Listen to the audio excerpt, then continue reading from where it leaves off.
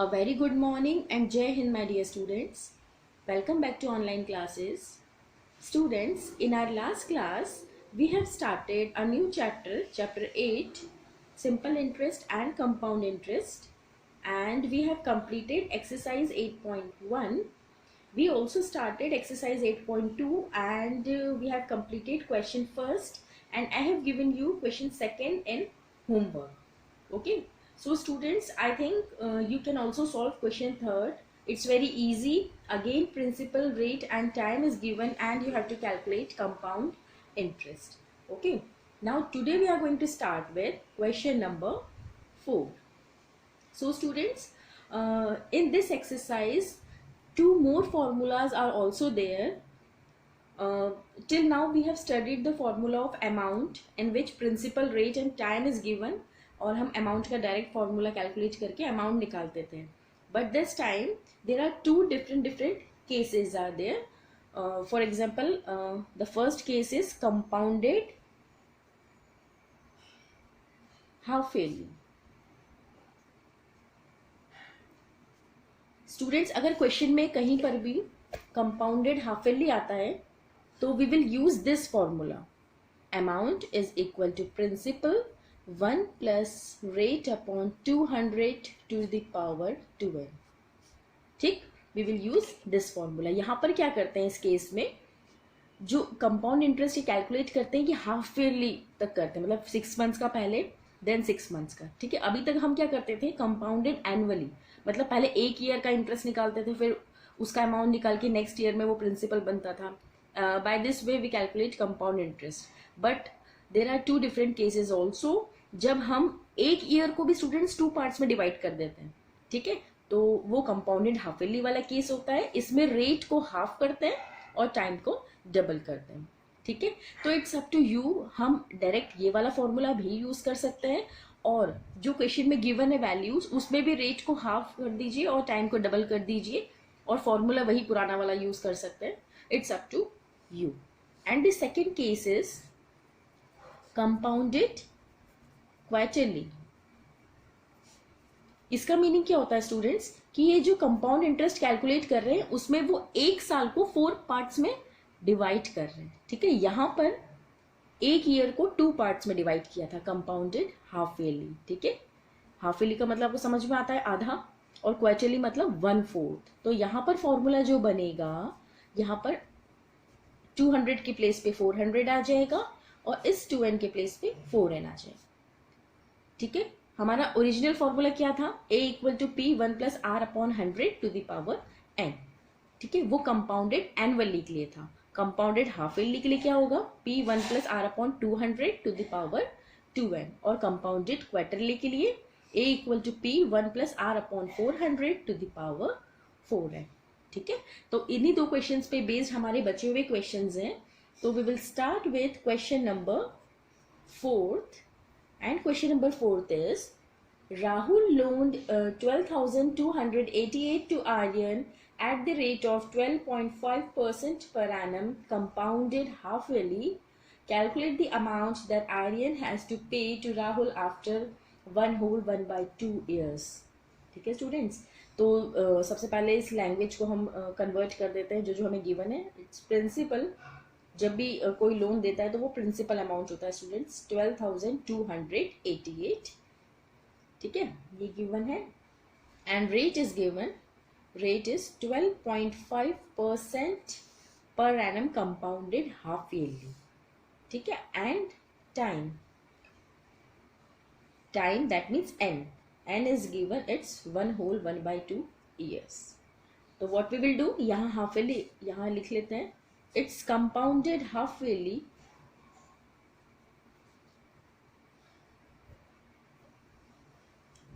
Okay students, और अगर ये compounded half yearly है तो we will use this formula 1 plus r upon 200 to the power 2n. ठीक है, अब वैल्यूज पुट करते हैं. in place of p 12288 will come 1 plus r. r is 12.5 upon 200 to the power 2 into students 1/2 को हम 3/2 लिख सकते हैं. तो I will write 3/2. ठीक है, अब देखो ये 2 से ये 2 कैंसिल, ठीक है, और यहाँ पे इस डेसिमल को मैं रिमूव करके एक और जीरो यहाँ पर इंक्रीज कर रही हूँ, ठीक है। तो ये क्या हो जाएगा 12288 1 + 125 बाई 2000 टू द पावर 3, ठीक है। चलिए अब इसे सॉल्व करते हैं, पहले इसे सिंप्लीफाई कर लेते हैं, कितना कैंसिल होता है। 5 2 ज़ा 10, 5 5 ज़ा 25, 5 4 ज़ा 20, 0 0 ज़ा 25, इट्स 1/16, ठीक है। तो 12288 स्टूडेंट्स, ये फॉर्मूला तो डायरेक्ट है पर इसमें कैलकुलेशन बहुत सारा होता है, तो आपको ये मल्टीप्लाई डिवाइड करने की अच्छी हैबिट होनी चाहिए। ये इट्स 1/16 टू द पावर 3, ठीक है। आप जितना सिंप्लीफाई कर सकते हो आप उतना करो, ठीक है। अगर मैं इसे 125/2000 ही रहने देती तो मुझे एलसीएम लेना होता, तो ये बन जाता 2125/2000, फिर उसका भी क्यूब निकालना होता, तो that would be more difficult. So it's better to simplify first this. इसे सिंप्लीफाई कर दिया तो देखो ये इतना बड़ा टर्म ओनली 1/16 बचा होगा, ठीक है। अब हम एलसीएम ले सकते हैं, it will B 16 + 1 by 16 to the power 3, 12288 into it's 17/16 into 17/16 into 17/16, ठीक है। तो 17 का क्यूब स्टूडेंट्स क्या होता है, आपको स्क्वायर और क्यूब्स लर्न होने चाहिए तो आप जल्दी सॉल्व कर पाओगे। इट्स 4913 और 16 का क्यूब होता है 4096, ठीक है। अब क्या करेंगे हम, देखो ये कैंसिल हो सकता है 2 से, तो 2 2 ज़ा 4, 0 2 4 ज़ा 8, 2 8 ज़ा 16, 2 6 ज़ा 12, 2 1 ज़ा 2, 2 4 ज़ा 8, 2 4 ज़ा 8, again it can be cancelled,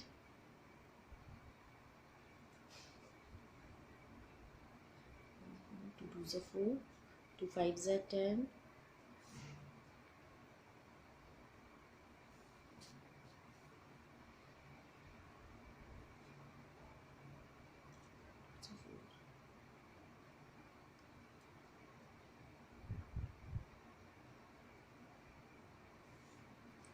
ये आ रहा है 768 इंटू 4913/256, ये फिर कैंसिल हो सकता है स्टूडेंट्स। इस टाइम में स्टूडेंट्स ये बहुत बार इंक्रीज होता जा रहा है, हम 4 से कैंसिल कर देते हैं। 4 6 ज़ा 24, 4 4 ज़ा 16, 4 1 ज़ा 4, 4 2 ज़ा 8,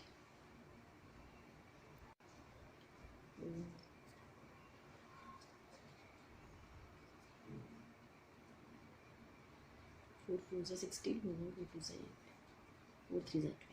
देखिए कितना सिंप्लीफाई हो गया, सब मतलब डिनोमिनेटर ही कैंसिल हो गया। इट्स 3 इंटू 4913, ठीक है स्टूडेंट्स। और इसे आप मल्टीप्लाई करोगे तो you will get this answer,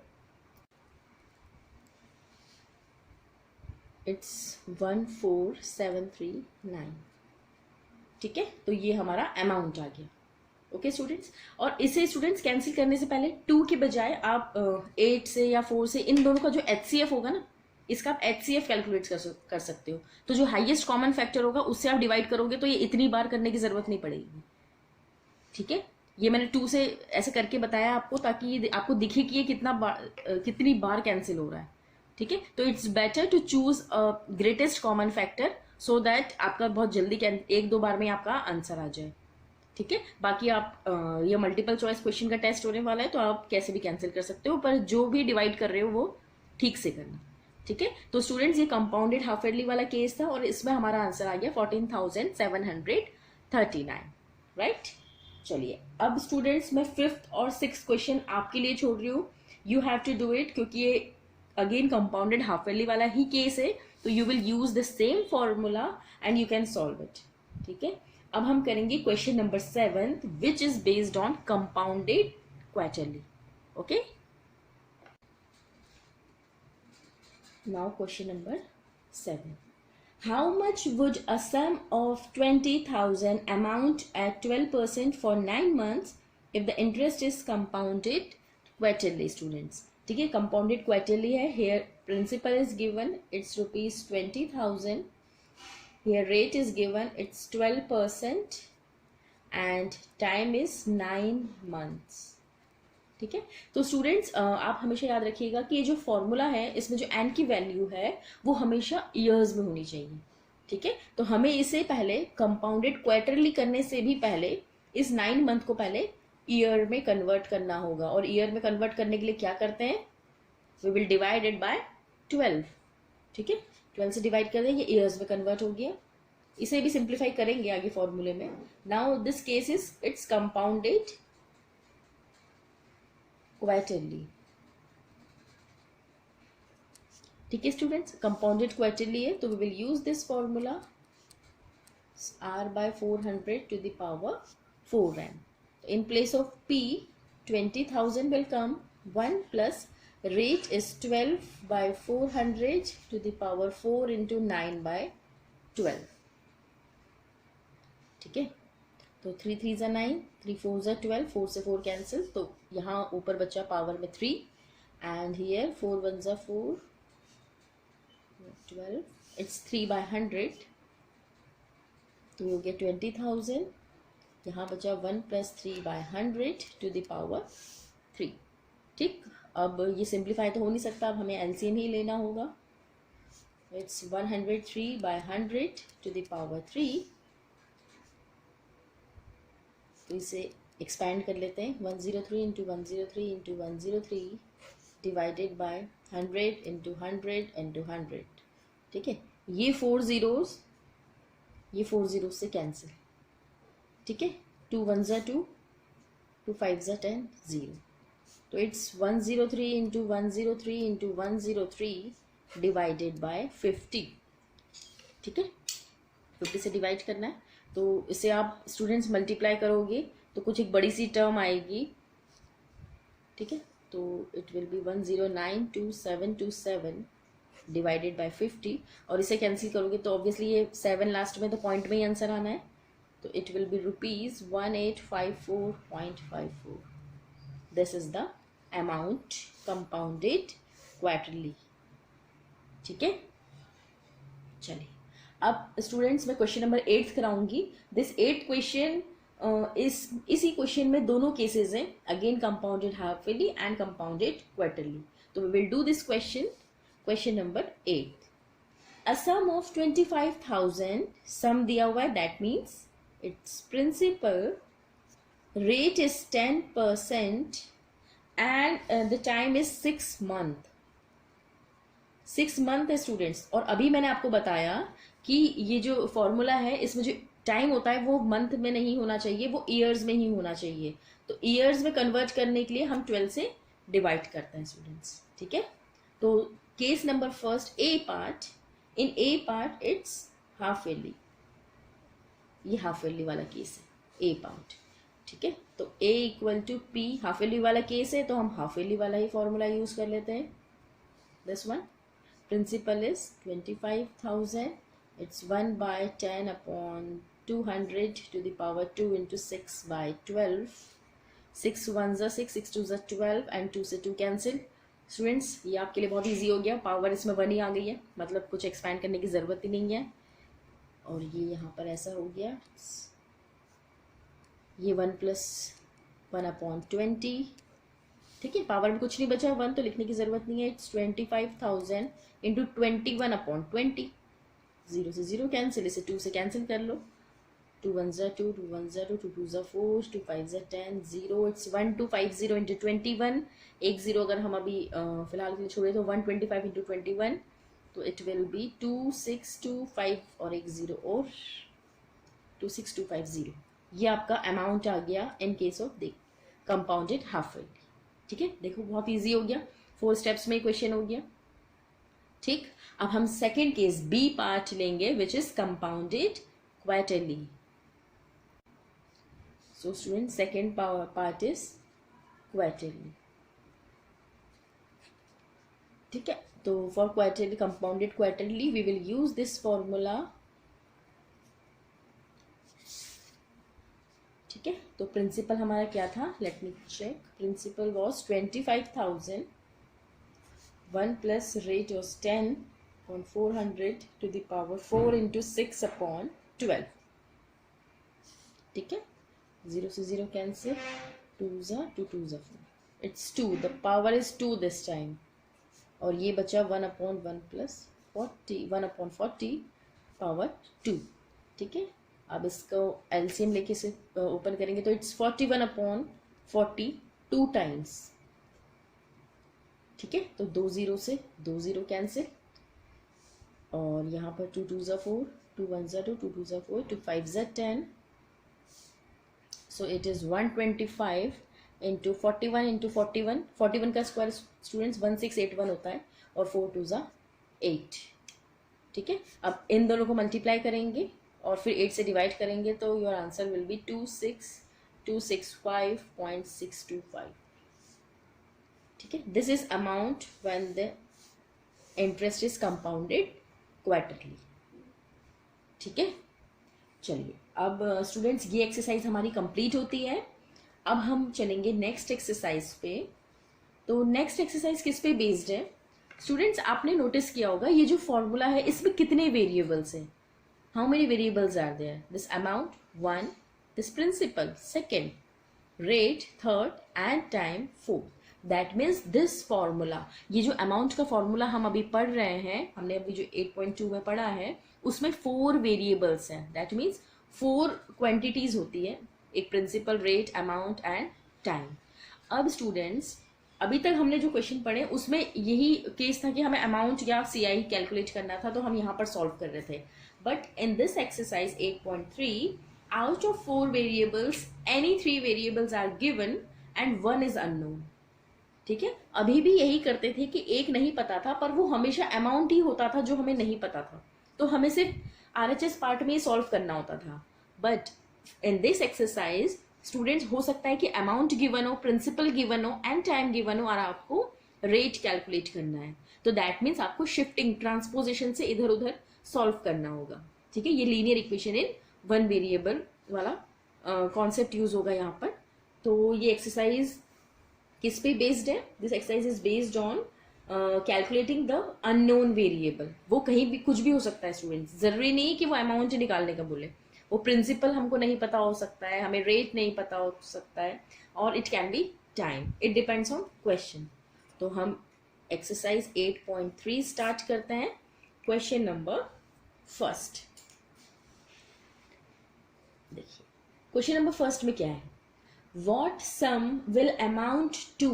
देखिए स्टूडेंट्स, यहाँ पर पहला वर्ड ही लिखा हुआ है वॉट सम। स्टार्टिंग के 2 वर्ड्स पे फोकस करिए। वॉट सम का मतलब क्या होता है? अभी तक हमें सम गिवन होता था, तो यहाँ पर principal is unknown, amount to given है, that means amount is given.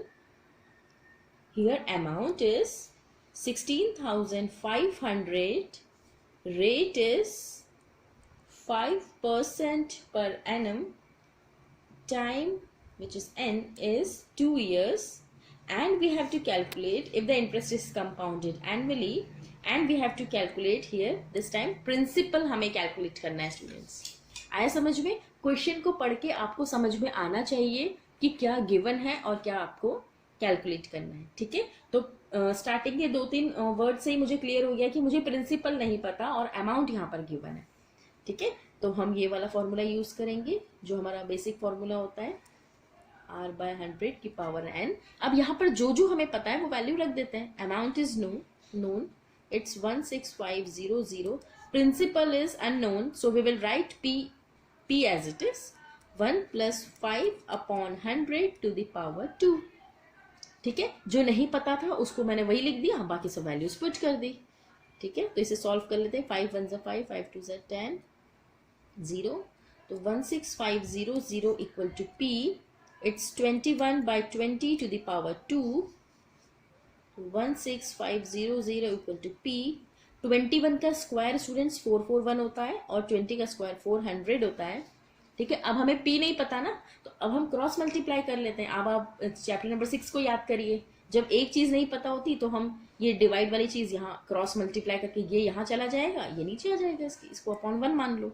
441 यहाँ डिनोमिनेटर में और 400 न्यूमरेटर में, तो ये ऐसा हो जाएगा 441।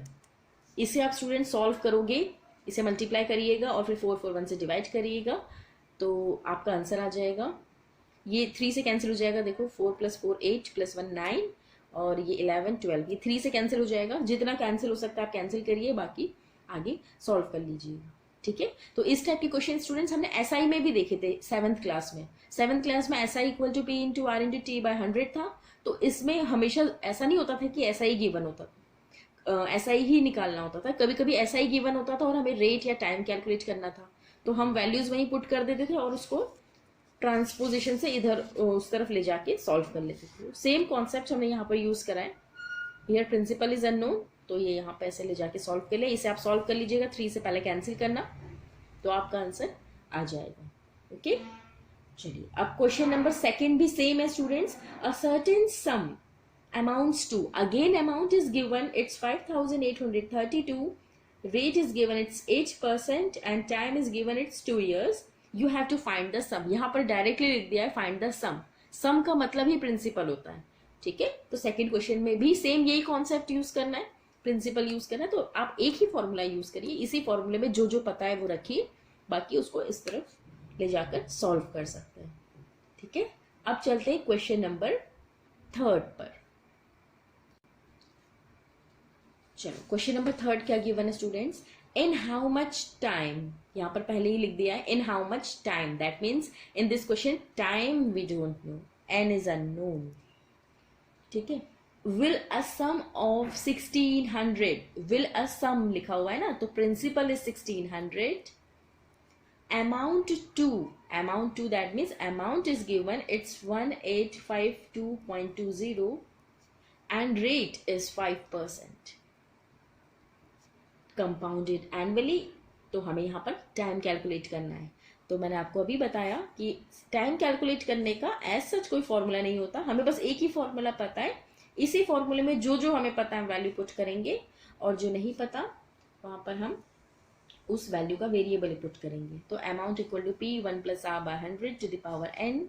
Here amount is 1852.20, principal is 1600, 1 plus rate is 5/100 to the power n। n नहीं पता ना, तो n को n ही रहने दीजिए। ठीक है, 5 1 = 5, 5 2 = 10, 0। तो स्टूडेंट्स ये क्या हो गया, 2.20 = 1600। देखिए इसे सॉल्व करने का तरीका होता है स्टूडेंट्स, सबसे पहले तो यहाँ पर पावर n है ना, हमें n कुछ भी हो सकता है, 1 2 3 4, it can be any value. तो we can not cancel this 0 by this 0। जब तक ये पूरा सॉल्व नहीं होगा तब तक ये डिनोमिनेटर से कैंसिल नहीं हो सकता स्टूडेंट्स। फाइन, ठीक है, तो उसके लिए क्या करेंगे, अब देखिए ये चीज को तो मैं कुछ नहीं कर सकती, इसे तो मुझे एज इट इज ही रखना होगा। What can I do is, ये 1600 मल्टीप्लाई में है ना स्टूडेंट्स, तो क्रॉस मल्टीप्लाई करके ये इसके नीचे कुछ भी नहीं है, मतलब 1 है, तो इस 1600 को यहाँ पर डिवाइड में हम ले जाते हैं। So it will become like this, it's 21/20 to the power।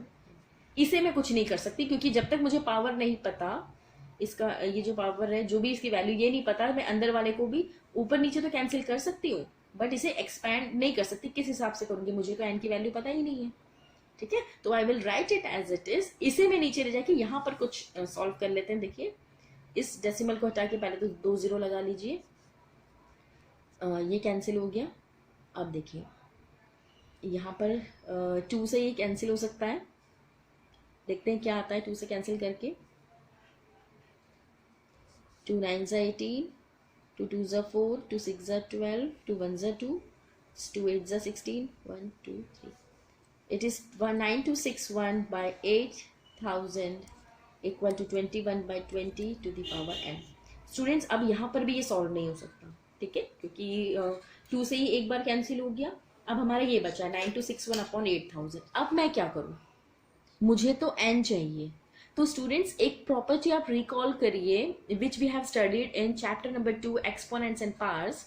उसमें हमने क्या पढ़ा था कि if base are equal then powers can be equal. अगर बेस इक्वल है, इक्वल टू के इधर उधर कोई चीज लिखी है, और अगर उनके बेस एक जैसे हो जाते हैं तो उनकी पावर भी एक जैसी हो जाती है। तो व्हाट आई विल डू, मैं 9261 की अगर फैक्टर्स निकालूंगी ना स्टूडेंट्स, प्राइम फैक्टर्स, तो इट विल बी 21 × 21 × 21। सिमिलरली अगर मैं 8000 की निकालूंगी तो it will be 20 × 20 × 20 equal to 21/20 की पावर n। अब यहाँ पर क्या कर सकते हैं, इट्स 21 सॉरी, ये 21 तीन बार आ रहा है तो 20 भी तीन बार आ रहा है, तो मैं होल पावर 3 लिख दूँ इसकी। ठीक है, इसे आप सॉल्व करके देख लीजिएगा, यही आएगा 21/20 की पावर n। देखिए दोनों तरफ एक जैसे बेस बन गए, तो यहाँ पे हम लिखेंगे if base are equal then powers are also equal. ठीक है, जब बेस इक्वल हो जाते हैं तो पावर्स भी इक्वल हो जाती है, तो डायरेक्टली हम पावर्स को कंपेयर कर लेंगे। So the value of n is 3 years। ठीक है स्टूडेंट्स, आया समझ में? यहाँ पर हम इसे डिवाइड में ले गए, ये याद रखना, आपको मेथड याद होनी चाहिए कि जब n निकालना होता है तो हम कैसे करते हैं। डिवाइड में ले गए, कैंसिल कर दिया, और फिर जो भी पावर थी उसको उसके इक्वल बना दिया। और स्टूडेंट्स आप हमेशा याद रखिएगा कि जब भी n कैलकुलेट करना होता है ना, तो इस तरफ जो भी वैल्यू आती है ना, वो मतलब यहाँ 21/20 है, तो ऑब्वियसली LHS में भी वही चीज आएगी जो 21/20 का या तो स्क्वायर होगा या क्यूब होगा या फोर्थ पावर होगी। यहाँ पर क्यूब बन गया, हो सकता है 2 भी हो सकता था, ये अगर 441/800 होता, 400 होता, तो ये 21/20 का होल स्क्वायर बन जाता। ठीक है, पर ये हिंट होती है कि जो यहाँ पर आ जाता है इसे आप सिंप्लीफाई कर लो जितना हो सकता है, और यहाँ पर जो वैल्यू आती है LHS में भी वही वैल्यू आती है जो उसका स्क्वायर या उसका क्यूब या ऐसे कुछ बनता है। ठीक है, आप ऐसे क्वेश्चंस करोगे तो आपको खुद समझ में आ जाएगा। ठीक है, अब हम क्वेश्चन नंबर 4 करते हैं, जिसमें हमें रेट नहीं पता स्टूडेंट्स।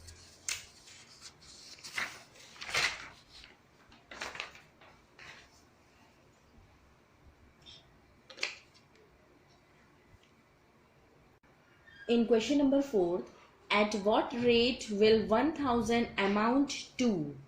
देखिए at what rate बोला है, तो सबसे पहले तो मुझे पता चल गया कि मुझे इस क्वेश्चन में रेट कैलकुलेट करना है। ठीक है, will 1000 amount to, ठीक है, 1000 amount to बोला है, that means principal is ₹1000, amount is it's 1331 and time is 3 years। ठीक है, and we have to calculate rate compounded annually, तो again we will use same formula. ठीक है, इट्स इक्वल टू ए, तो अमाउंट की place पे हम 1331 लिख सकते हैं, प्रिंसिपल की प्लेस पे will write 1000, 1 plus r we don't know, तो will write r as it is by 100 to the power n is 3 years। ठीक है, अब इसे कैसे सॉल्व करें स्टूडेंट्स, यहाँ पर भी तो r की वैल्यू नहीं पता, तो हमें ये तो पता है कि हमें यहाँ इसे 3 टाइम्स एक्सपैंड करना है, बट किसे करना है दैट वी डोंट नो, तो will write it as it is. इसे मैं कुछ नहीं कर सकती, इस पार्ट को तो मुझे ऐसे ही रखना होगा, but again I can take this 10,000 to denominator this side. ठीक है, इसे 1000 नीचे ले गई मैं। स्टूडेंट्स r और n जब भी नहीं पता होता उसको करने का यही तरीका होता है।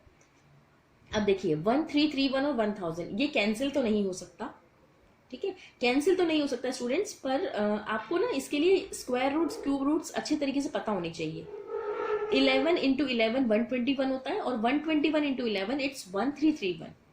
तो 1331 के फैक्टर्स अगर मैं लिखूं तो 11 इंटू 11 इंटू 11 आएगा, 1000 के लिखूं तो 10 इंटू 10 इंटू 10 आएगा, और ये तो मैं इसको कुछ नहीं कर सकती, इसे मैं एज इट इज लिखूंगी यहाँ पर। ठीक है, तो 11 into 11 into 11 it's 11/10 to the whole power 3, 1 plus are upon 100 की पावर 3।